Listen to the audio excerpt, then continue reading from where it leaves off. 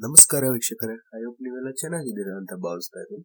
So ಗ್ರಾಚಾರ ಗಾಂಡ್ ಮಾರೇತು ಖುದಾ ಕ್ಯಾ ಕರೆಂಗೆ ಅನ್ನೋ slang ಇದೆ ಅಲ್ಲ, ಅದೇ ರೀತಿ ನ ಪರಿಸ್ಥಿತಿ ಆಗಿರುವಂತದ್ದು. ಯಾಕಪ್ಪ ಅಂತ ಅಂದ್ರೆ ಇತ್ತೀಚೆಗೆ ಬಂದಿರುವಂತ ರೀಸೆಂಟ್ ಆಗಿ ಟ್ರೈ ರಿಪೋರ್ಟ್ TRAI ರಿಪೋರ್ಟ್ ಪ್ರಕಾರ 3 ಲಕ್ಷ ಜನರು ಗೆ ಗುಡ್ ಬೈ ಹೇಳಿ ಬೇರೆ ಪೋರ್ಟ್ ಆಗಿದ್ದಾರೆ. BSNLಗೋ, ಜಿಯೋಗೋ, ಏರ್ಟೆಲ್ಗೋ ಸ್ವಿಚ್ ಆಗಿದ್ದಾರೆ. 3 ಲಕ್ಷ ಜನರು ಸಬ್ಸ್ಕ್ರೈಬರ್ಸ್ ತುಂಬಾನೇ ಡ್ರಾಪ್ ಆಗ್ತಾ ಇದ್ದಾರೆ. ಟ್ರಸ್ಟ್ ಕೂಡ ಲೂಸ್ ಆಗ್ತಾ ಇದೆ. ಎಲ್ಲ 5G ರೋಲ್ ಔಟ್ ಮಾಡ್ತಿದೀವಿ ಅಂತ ಹೇಳಿ ಮಜಾ ತಗೊಳ್ತಾ ಇದ್ದಾರೆ ಅಷ್ಟೇ. ಏನ್ ಈ ನ ಕತೆ ಸಂಪೂರ್ಣವಾಗಿ ಹೇಳ್ತೀನಿ. ನಮ್ಮ ಚಾನೆಲ್ ನ ಸಬ್ಸ್ಕ್ರೈಬ್ ಮಾಡಿಲ್ಲ ಅಂದ್ರೆ ಸಬ್ಸ್ಕ್ರೈಬ್ ಮಾಡಿ, ಸಪೋರ್ಟ್ ಮಾಡಿ ಅಂತ ಕೇಳ್ಕೊಳ್ತೀನಿ. ಸೊ ಹೇಳ್ತಾ ಇದ್ದಾರೆ ಇನ್ನ ನಾವು 5G ಸ್ಟಾರ್ಟ್ ಮಾಡ್ತೀವಿ ಅಂತ. ಆದ್ರೆ ನಿಜವಾಗ್ಲೂ ಹೇಳ್ಬೇಕು ಅಂತ ಅಂದ್ರೆ ಅದು ಬರೀ ಇನ್ನ ಸ್ಟಾರ್ಟ್ ಆಗಿಲ್ಲ ಪ್ರೊಸೆಸ್. ಬರೀ ಮಾತಿಗೆ ಆಗೋಯ್ತು. ಇವತ್ತು 5G ರೋಲ್ ಔಟ್ ಮಾಡ್ತೀವಿ ಅಂತ ಹೇಳ್ತಾ ಇರುವಂತದ್ದು. ಯಾಕಪ್ಪ ಅಂತ ಅಂದ್ರೆ 7,000 ಸಿಟಿಗೆ ಸರ್ವಿಸ್ ಕೊಡ್ಬೇಕು ಅಂತ ಹೇಳಿದ್ರು 6 ತಿಂಗಳು ಮುಂಚೆ. 6 ತಿಂಗಳು ಆಗಿದ್ರು ಕೂಡ ಇನ್ನು 17-18 ಸಿಟಿಗೆ ಮಾತ್ರನೇ ಕವರ್ ಕೊಟ್ಟಿರೋದು. ಅದು ಏನು ಲಿಮಿಟೆಡ್ ಏರಿಯಾಗಳಲ್ಲಿ. ಸಿಟಿಗಳಲ್ಲೂ ಕೂಡ ಲಿಮಿಟೆಡ್ ಏರಿಯಾ ಅಲ್ಲ, ಇಡೀ ಸಿಟಿ ಕೊಟ್ಟಿಲ್ಲ, ಬರೀ ಲಿಮಿಟೆಡ್ ಏರಿಯಾ. ಆ ಸಿಟಿಗಳಲ್ಲೂ ಹಿಂಗಾದ್ರೆ ಯಾವ ರೀತಿ ಇರೋ. ಆದ್ರೆ ಜಿಯೋ ಮತ್ತೆ ಏರ್ಟೆಲ್ ನೋಡೋದಾಯ್ತು ಅಂದ್ರೆ, ಜಿಯೋ ನೋಡಿದ್ರೆ 5G ಅಲ್ಲಿ ಅನ್ಲಿಮಿಟೆಡ್ ಡೇಟಾ ಕೊಡ್ತಾ ಇದ್ದಾರೆ. ಏರ್ಟೆಲ್ ಕೂಡ 5G ಲೋಗೋ ತೋರಿಸ್ತಾ ಇದ್ದಾರೆ, ಬಟ್ ಸರ್ವಿಸ್ ಅಷ್ಟೊಂದಿಲ್ಲ. ಆ ಲೋಗೋ 5G ಅನ್ಲಿಮಿಟೆಡ್ ಕೊಡ್ತೀವಿ ಅಂತ ಲೋಗೋ ತೋರಿಸ್ತಾನೆ ಜನರನ್ನ ಅಟ್ರಾಕ್ಟ್ ಮಾಡ್ತಾ ಇದ್ದಾರೆ. ಸರ್ವಿಸ್ ತುಂಬಾನೇ ವೀಕ್ ಇದೆ ಏರ್ಟೆಲ್. ಗೆ ಕಂಪೇರ್ ಮಾಡ್ತು ಅಂದ್ರೆ ಏರ್ಟೆಲ್ ಫಾರ್ ಬೆಟರ್. ಬಟ್ ಇವಾಗ ಸರ್ವೈವ್ ಆಗ್ಬೇಕು ಅಂದ್ರೆ ಒಂದು ದೊಡ್ಡದಾಗಿ ಧಮಾಕ ಪ್ಲಾನ್ ಅಥವಾ ಧಮಾಕ ಆಫರ್ಸ್ ಗಳನ್ನೇ ಕೊಟ್ರೇನೆ ಸರ್ವೈವ್ ಆಗೋದು. ಜಿಯೋ ಅಂತೂ ಮಾರ್ಕೆಟ್ ಅಲ್ಲಿ ಲಿಟ್ರಲಿ ಮಜಾ ಮಾಡ್ತಾ ಇದೆ. 47,000 GB ಮಂತ್ಲಿ ಯೂಸೇಜ್ ಲಿಮಿಟ್ ಕೊಡ್ತಾ ಇದೆ. ಯಾರು ಮ್ಯಾಚ್ ಮಾಡಕ್ಕೆ ಆಗ್ತಾ ಇಲ್ಲ ಕಾಂಪಿಟೇಟರ್ಸ್ ಕಡೆಯಿಂದ. ಏರ್ಟೆಲ್ ನೋಡೋದಾಯ್ತು ಅಂದ್ರೆ 5G ಅಂತ ಹೇಳ್ತಾರೆ, ಬಟ್ 300 GB ಕೂಡ ತಿಂಗಳಿಗೆ ಉಪಯೋಗಿಸಕ್ಕಾಗಲ್ಲ, ಅಷ್ಟು ವರ್ಸ್ಟ್ ಆಗೈತೆ. ನಿಮಗೆ ನೆಟ್ವರ್ಕ್ ಇಶ್ಯೂಸ್ ಬರ್ತಾ ಇರೋಂಥದ್ದು ಏರ್ಟೆಲ್ ಕಡೆಯಿಂದ. ಆದ್ರೆ ಬಂತು ಅಂದ್ರೆ ರೀಚಾರ್ಜ್ ಪ್ಲಾನ್ಸ್ ಎಲ್ಲ ಚೀಪ್ ಇದೆ, ಬಟ್ ಕಸ್ಟಮರ್ಸ್ಗೆ ಮೇಲೆ ನಂಬಿಕೆನೇ ಇಲ್ಲ. ಯಾಕಂತಂದ್ರೆ ಅವ್ರದ್ದು ಇಂಪ್ರಾಪರ್ ನೆಟ್ವರ್ಕ್ ಸರ್ವಿಸಸ್ ಆಗ್ತಾ ಇರುವಂತದ್ದು. ಇನ್ನ 5G ರೋಲ್ ಔಟ್ ಮಾಡಿಲ್ಲ ಅಂಡ್ 6 months ಮೇಲೆ ಆಯ್ತು ಟೈಮು. ಅದ್ರ ಜೊತೆಗೆ ಇನ್ನೊಂದು ಏನ್ ಮಾಡ್ತಾರೆ ಅಂತಂದ್ರೆ, ನೀವು ರೀಚಾರ್ಜ್ ಮಾಡ್ಲಿಲ್ಲ ಅಂತ ಅಂದ್ರೆ ಜಸ್ಟ್ 1 day ಟೈಮ್ ಕೊಡ್ತಾರೆ ಅಷ್ಟೇ, 2ನೇ ದಿನಕ್ಕೆ ಕಟ್. ಅದೇ ನೀವು ಜಿಯೋ ತಗೊಂಡ್ರೆ 6 ತಿಂಗಳು ಟೈಮ್ ಕೊಡ್ತಾನೆ ರೀಚಾರ್ಜ್ ಮಾಡ್ತೀರಾ ಇನ್ಕಮಿಂಗ್ ಕಾಲ್ಸ್ ಬರೋ ಲೆಕ್ಕಕ್ಕೆ.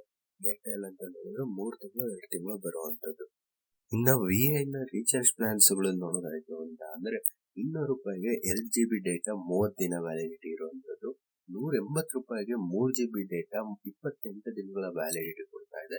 290 ರೂಪಾಯಿಗೆ ನಿಮ್ಗೆ 4 GB ಪ್ಲಸ್ 5 GB ಬೋನಸ್ ಸಿಗ್ತಾ ಇರುವಂತದ್ದು. ಟೋಟಲ್ ಆಗಿ ನಿಮ್ಗೆ 45 ದಿನ ವ್ಯಾಲಿಡಿಟಿ ಕೊಡ್ತಾ ಇರುವಂತದ್ದು. 250 ರೂಪಾಯಿಗೆ 1 GB ಪ್ರತಿದಿನ 28 ದಿನಗಳ ವ್ಯಾಲಿಡಿಟಿ ಇರುವಂತದ್ದು. ಸೊ ಈ ತರ ಪ್ಲಾನ್ಸ್ ಕೊಟ್ಟರು ಕೂಡ ಜನ ನ ಟ್ರಸ್ಟ್ ಮಾಡ್ತಾ ಇಲ್ಲ. ಯಾಕಂತ ಅಂದ್ರೆ ಎಲ್ಲ 5G ಯುಗದಲ್ಲಿ ನೋಡ್ತಾ ಇದ್ರೆ ಇನ್ನ 4G ಅಲ್ಲಿದೆ ಅಂಡ್ ಪ್ರಾಪರ್ ಆಗಿ ಸರ್ವಿಸ್ ಕೂಡ ಸಿಗ್ತಾ ಇಲ್ಲ ಅಂತಿಲ್ಲ ಕಂಪ್ನಿ ಕಡೆಯಿಂದ. ಹೀಗಾಗಿ ಸರ್ವೇ ಆಗ್ಬೇಕು ಅಂತಂದ್ರೆ ಏನಾದ್ರೂ ದೊಡ್ಡ ಪ್ಲಾನ್ ಮಾಡಿ ಎಕ್ಸಿಕ್ಯೂಟ್ ಮಾಡಬೇಕು. ಇವಾಗ ಮಾರ್ಕೆಟ್ ಅಲ್ಲಿ ನೋಡೋದಾಯ್ತು ಅಂದ್ರೆ ಗೆ 17-18 ಕೋಟಿ ಸಬ್ಸ್ಕ್ರೈಬರ್ಸ್ ಇದ್ದಾರೆ, ಬಟ್ ಆ ಸಬ್ಸ್ಕ್ರೈಬರ್ಸ್ ತುಂಬಾ ಬೇಗನೆ ಡ್ರಾಪ್ ಆಗ್ತಾ ಇರುವಂತದ್ದು. ಇದೆಲ್ಲ BSNL ತರ ಸರ್ವೈವ್ ಆಗಕ್ ಆಗೋದಿಲ್ಲ. ಯಾಕಂತಂದ್ರೆ BSNL ಗೆ ಗೌರ್ಮೆಂಟ್ ಇಂದ ಸಪೋರ್ಟ್ ಇದೆ, ಆದ್ರೆ ಗೆ ಅದು ಇಲ್ಲ. ಗೌರ್ಮೆಂಟ್ ಸಪೋರ್ಟ್ ತೆಗೆದಾಕಿದ್ರು ಕಂಪ್ನಿ ಇನ್ಸ್ಟೆಂಟ್ ಆಗಿ ಕೊಲಾಪ್ಸ್ ಆಗೋ ಚಾನ್ಸಸ್ ತುಂಬಾನೇ ಇದೆ. ಸೊ ಗೆ ಸಮಯ ತುಂಬಾ ಅಂದ್ರೆ ತುಂಬಾ ಕಡಿಮೆ ಇದೆ.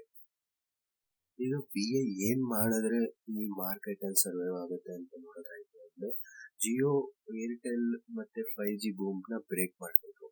ಎರಡನೇದು ನೋಡೋದಾಯ್ತು ಅಂದ್ರೆ ಅಡ್ವರ್ಟೈಸ್ ಮಾಡಬೇಕು. 5G ಅಂತ ಅಲ್ಲ, 4G ಅಲ್ಲೇನೆ 15-20 Mbps 4K ವಿಡಿಯೋ ರೆಸಲ್ಯೂಷನ್ಸ್ ಅಲ್ಲಿ ಓಡೋ ರೇಂಜಿಗೆ ನಮ್ ನೆಟ್ವರ್ಕ್ ಸ್ಟ್ರಾಂಗ್ ಆಗಿದೆ. ಸೊ ನೀವು ಆ ಆಫರ್ ಅಂತ ತಗೊಳ್ಳಿ. 5G ಗಿಂತ 5G ಅಲ್ಲಿ ಭ್ರಮೆ ಆಗಕ್ ಹೋಗ್ಬೇಡಿ. 4G ಅಲ್ಲೇ ನಾವು ಈ ಟಾಪ್ ನಾಚ್ ಕ್ವಾಲಿಟಿ ಕೊಡ್ತಾ ಇದೀವಿ ಅಂತ ಪ್ರಮೋಟ್ ಮಾಡಬೇಕು. 5G ಅಲ್ಲಿ ಇನ್ನ 4G ಅಲ್ಲೇ ನಾವು ಈ ರೇಂಜ್ 4K ಕ್ವಾಲಿಟಿ ಸಪೋರ್ಟ್ ಕೊಡ್ತಾ ಇದ್ದೇವೆ ಅಂದ್ರೆ, ಈ 5G ಅಲ್ಲಿ ಯಾವ ರೇಂಜ್ ಹೋಗ್ಬೇಡ ನಮ್ ನೆಟ್ವರ್ಕ್ ಅಂತ ಕಸ್ಟಮರ್ಸ್ಗೆ ಕ್ವಶನ್ ಹಾಕೋದ್ರ ಮೂಲಕ ಅಡ್ವರ್ಟೈಸ್ ಮಾಡಬೇಕು. ಕಸ್ಟಮರ್ಸ್ಗೆ ಅನ್ಲಿಮಿಟೆಡ್ ಅಂತ ಹೇಳ್ಬೇಕು. ಆಕ್ಚುಲ್ ಆಗಿ ಅವ್ರು 150 GB ಲಿಮಿಟೆಡ್ ಕೊಟ್ಟರು ಸರಿನೇ, ಬಟ್ ವರ್ಕೌಟ್ ಆಗುತ್ತೆ. ಏನು ಅನ್ಲಿಮಿಟೆಡ್ 4G ಅಂತ ಹೇಳಿದ್ರೆ ಅನ್ಲಿಮಿಟೆಡ್ 5G ಅಂತ ಓಡ್ತಾ ಇದೆ ನೋಡಿ. ಅದೇ ರೀತಿ ಅನ್ಲಿಮಿಟೆಡ್ 4G ಅಂತ ಮಾರ್ಕೆಟಿಂಗ್ ತರ ಮಾಡಿದ್ರು ಅಂದ್ರೆ ಸರ್ವೈವ್ ಆಗೋ ಚಾನ್ಸಸ್ ಜಾಸ್ತಿ ಇದೆ. ಏನಿಲ್ಲ, ಇವಾಗ 17 ರಿಂದ 18 ಕೋಟಿ ಜನ ಉಳಿಸ್ಕೊಂಡ್ರೇನೆ ಸಾಕದು. ಹೊಸ ಕಸ್ಟಮರ್ಸ್ ಏನ್ ಬೇಡ, ಹೋಗ್ತಾ ಇರೋಂಥ ಕಸ್ಟಮರ್ಸ್ ಹೋಗ್ದಿರಾ ಇದ್ರೇನೆ ಸಾಕು. ದೊಡ್ಡ ಕ್ರಿಯೇಟರ್ಸ್ ನ ಇನ್ವಾಲ್ವ್ ಮಾಡಬೇಕು, TRT ನ ಅಪ್ಡೇಟ್ ಕೊಡೋದ್ರ ಮೂಲಕ ಒಂದು ಸ್ಟ್ರಾಂಗ್ ಮಾರ್ಕೆಟಿಂಗ್ ಕ್ಯಾಂಪೇನ್ ನ ಪ್ಲಾನ್ ಮಾಡ್ತು ಅಂದ್ರೆ ನಿಜವಾಗ್ಲೂ ಕಸ್ಟಮರ್ಸ್ ರೀಚ್ ಆಗೋದ್ರ ಮೂಲಕ 17-18 ಕೋಟಿ ಜನ ಸರ್ವೈವ್ ಆಗ್ತಾರೆ VI ಅಲ್ಲಿ. ಆಗ ನೀವು ದುಡ್ಡು ಮಾಡ್ಕೊಂಡು VI ಕಂಪನಿ ಸ್ಟ್ರಾಂಗ್ ಆಗಿ ನಿಂತ್ಕೊಬಹುದು.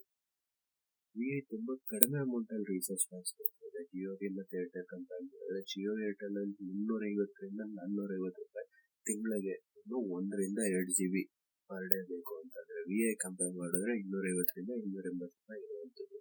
ಅದೇ ಸೇಮ್ ಪ್ರೈಸ್ಗೆ ಅವ್ರು 350 ರಿಂದ 450 ರೂಪಾಯಿ ಆಗ್ತಾರೆ. 150 GB ಅನ್ಲಿಮಿಟೆಡ್ ಡೇಟಾ ಲೆಕ್ಕಾಚಾರ ಸಿಗೋ ಲೆಕ್ಕ ಮಾಡಬೇಕು.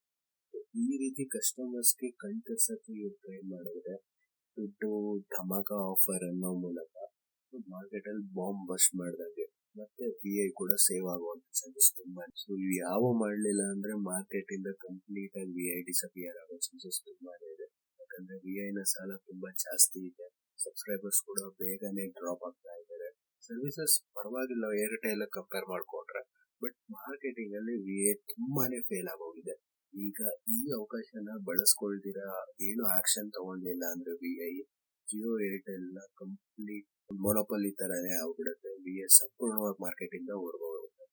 ಸೊ ಇದಾಗಿತ್ತು VI ನ ಮಾಹಿತಿ. ವೀಕ್ಷಕರೇ, ಐ ಹೋಪ್ ಈ ವಿಡಿಯೋ ಇಷ್ಟ ಆಯ್ತು ಅಂತ ಭಾವಿಸ್ತೀನಿ. ಇಷ್ಟ ಆದಲ್ಲಿ ಲೈಕ್ ಮಾಡಿ, ನಿಮ್ಮ ಫ್ರೆಂಡ್ಸ್ ಕೂಡ ಶೇರ್ ಮಾಡಿ. ಮುಂದಿನ ವಿಡಿಯೋದಲ್ಲಿ ಸಿಗೋಣ. ಧನ್ಯವಾದ.